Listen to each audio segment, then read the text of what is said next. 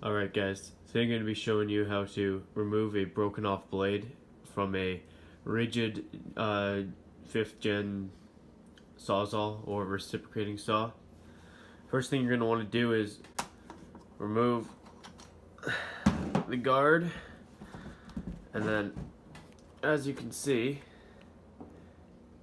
there's a blade broken off right in there, and when I have it all the way loosened off and I grab the edge with pliers, I still can't pull it off. So the first thing you have to do is remove this retaining ring that's around there. So I'll show that as it happens. Just using a Q-tip, go around the ring, stick it in there and clean all the junk off of that. Shouldn't be too bad, I've already done that. And then as you can see, I don't know if this will come up in the video, but right there's a little notch in there. If you stick a nail or something like that right under that notch where it overlaps, right in there, it'll just pull up. As you can see, just using that nail, I was able to pry up slightly on that snap ring right there and lift it up that much. Now using the nail and running it along the area that's been lifted up, the whole ring will come right off. And now once you get to that point, very carefully just work it around and off it comes. Alright, once the clip's removed, this should just pull right out. Next thing to do is pull out this pin. It just pulls right out. Next thing to do is to gently lift up on this mechanism right here. Just like so. Next you'll be left with just a spring and a little plastic clip. But that can stay in there for now. I don't think you'll need it to remove this broken bit. So once you just fiddle around with it until you can find a spot where it easily comes out, or you can easily grab it with pliers. As you can see,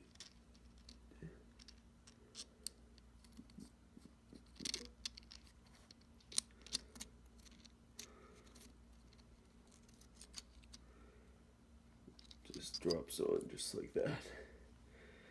Next thing you want to do is compress the spring by rotating it, and there's a hole on here,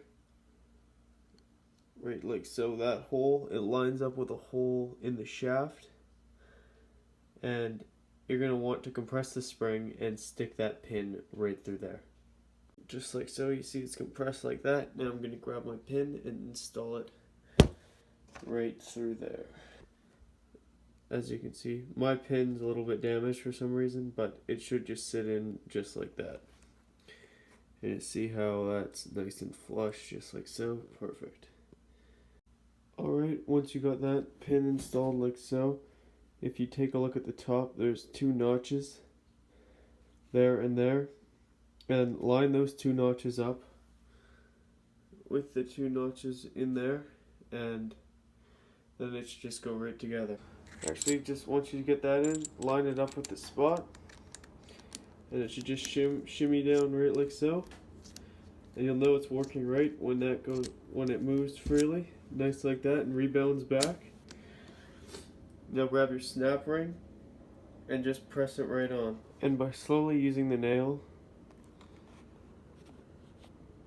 to push the lower part of the snap ring into the groove, slowly working it around, you'll be able to push it all the way down.